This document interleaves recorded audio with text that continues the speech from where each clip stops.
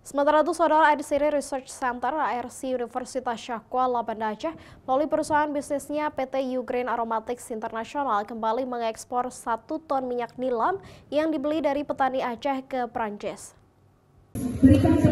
Pengiriman minyak nilam tersebut dengan tujuan perusahaan Natgrain asal Prancis diangkut menggunakan pesawat Garuda Indonesia via Bandara Sultan Iskandar Muda, Aceh Besar. Adapun nilai ekspornya mencapai 1,5 miliar rupiah.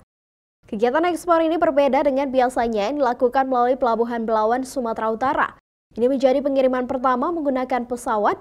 Adapun minyak nilam yang diekspor tersebut merupakan hasil produksi para petani dari berbagai daerah di Aceh, seperti Aceh Besar, Aceh Jaya, Aceh Selatan, hingga Gayo Luas. Minyak nilam ini pada hari ini kita ekspor ke Prancis langsung memakai Garuda sebanyak 1 ton. Dan ini kita kumpul dari masyarakat Aceh yang mana ini dari petani-petani Aceh dari pedalaman yang alhamdulillah sampai saat ini sudah kurang lebih 30 kali ekspor. Sejak 2018, pihaknya sudah 33 kali melakukan ekspor minyak nilam ke Eropa dan rata-rata ke Prancis karena lebih tinggi.